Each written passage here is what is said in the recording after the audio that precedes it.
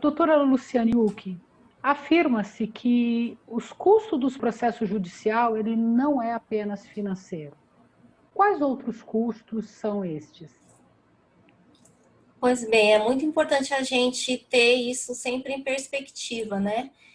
Que um processo judicial ele não implica só no gasto financeiro, tanto do Estado quanto da pessoa.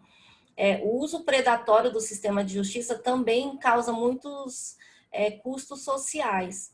Então, é importante que a gente fale de 4 pontos essenciais sobre esse tema, que é a questão do congestionamento do sistema, que gera aí uma lentidão no andamento dos processos, no estrangulamento da estrutura hoje disponível para atendimento da demanda judiciária, né, da falta de efetividade da prestação jurisdicional, que é a falta de satisfação do nosso usuário, e também da ausência de tratamento das causas do conflito.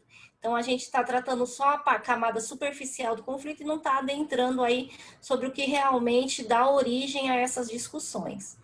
Então, voltando aí para o primeiro tópico, né, com relação ao custo social do congestionamento do sistema. A gente vê que hoje tem, embora ainda haja muitas pessoas que não acessem o judiciário, tem do outro lado também um grupo aí de empresas, de pessoas que usam o judiciário com finalidade que não é exatamente a obtenção de um direito, mas o que? De postergar direitos ou de obter um lucro que não é devido, etc.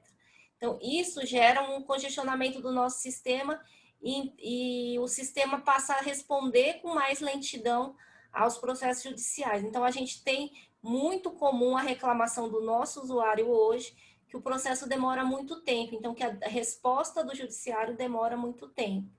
Então, esse também é um custo social que a gente tem que enfrentar e também tem que analisar sobre esse ponto de vista aí, se o sistema não está sendo usado de forma predatória.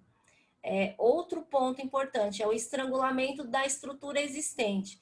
Hoje a gente já tem uma estrutura de poder judiciário, tanto física quanto de pessoal, que é considerada muito grande, né, para quem vê de fora, mas para quem atua aí sempre a gente percebe aí o déficit, né, principalmente de pessoal, de equipes, de servidores capacitados para estarem atuando aí, respondendo à demanda que é cada vez maior dos processos. Então, a gente tem aí restrições orçamentárias que impedem o crescimento suficiente para atender essa demanda que está por vir e que vem, chega aí, aumenta todos os anos, como a gente pode acompanhar, por exemplo, nos relatórios do Justiça em Número. O outro ponto que a gente queria abordar é a falta de efetividade da prestação jurisdicional. Então, muitos dos nossos usuários, além de acharem que a resposta é lenta, acham que a resposta também já não é mais adequada ao quê? Aquele contexto que ele vive na época em que a decisão foi efetivada. Então, isso acaba gerando o quê? Insatisfação do usuário, desconfiança na instituição também, e acaba por gerar também um potencial de mais demandas.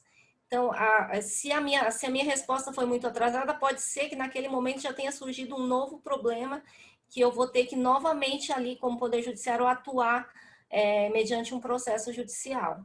E, por fim, a ausência de tratamento das causas dos conflitos, que eu acho que é o ponto aí nevrálgico, né, que muitas pessoas não percebem, mas que é isso, que há um tratamento superficial. Então, a pessoa pediu indenização por danos morais, eu analisei só aquele ponto, mas eu não analisei o que está causando aquele conflito, que pode se multiplicar em outros conflitos, pode ser reiterado, né, ao longo da história daqueles envolvidos.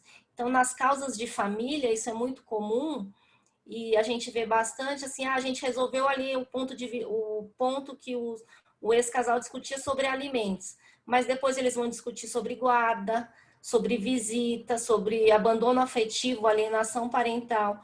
Por quê? Porque o canal de diálogo entre eles não é claro, não foi restabelecido. Então, o canal de diálogo que eles adotam é o processo judicial.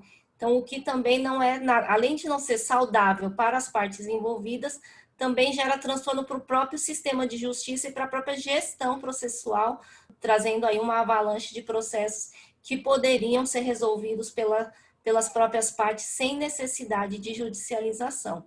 Então, o que a gente pretende demonstrar é isso, e a necessidade de gerir melhor os recursos públicos que a gente tem, né, para aplicar aí na resolução dos conflitos, e de preferência também prevenir que hajam novos conflitos aí através do tratamento adequado das demandas. É isso.